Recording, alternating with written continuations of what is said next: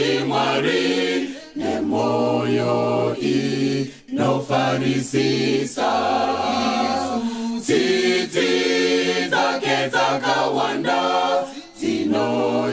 dzinoitirwa kuvanhu vose. Wakatipa Ishe Jesu kuzotidzikinura.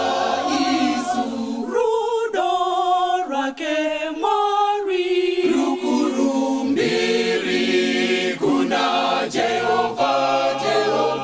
Tinomurumbidza Mwari Baba wari kudenga.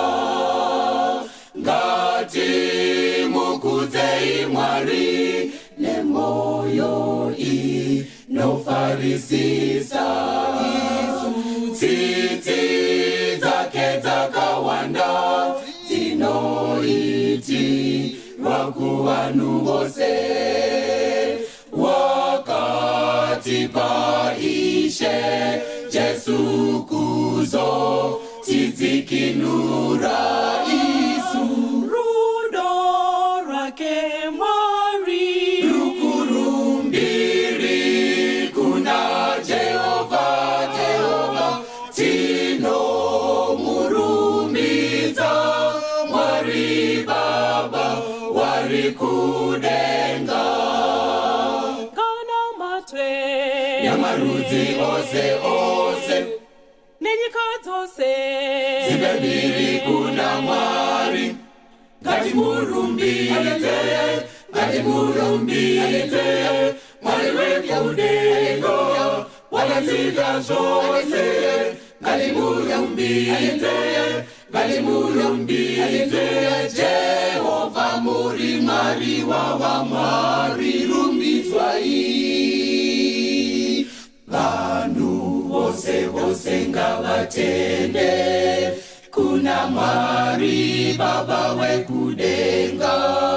Wakatipa mwana wavo Jesu musiki wezvese zvatinazvo. Mbiri neumambo wavo wose ngazvigare nekusingaperi. Ngavongwe Jesu anorarama. karumbidzwe Haleluya, haleluya, haleluya, haleluya, haleluya, haleluya, haleluya, haleluya, haleluya. Shengarumbidzwe she haleluya. Amen, amen,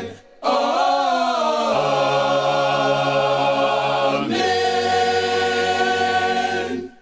karumbidzwe Hallelujah, hallelujah, hallelujah, hallelujah, hallelujah, hallelujah, hallelujah, hallelujah, hallelujah, hallelujah. Shengarumbidzwe she hallelujah.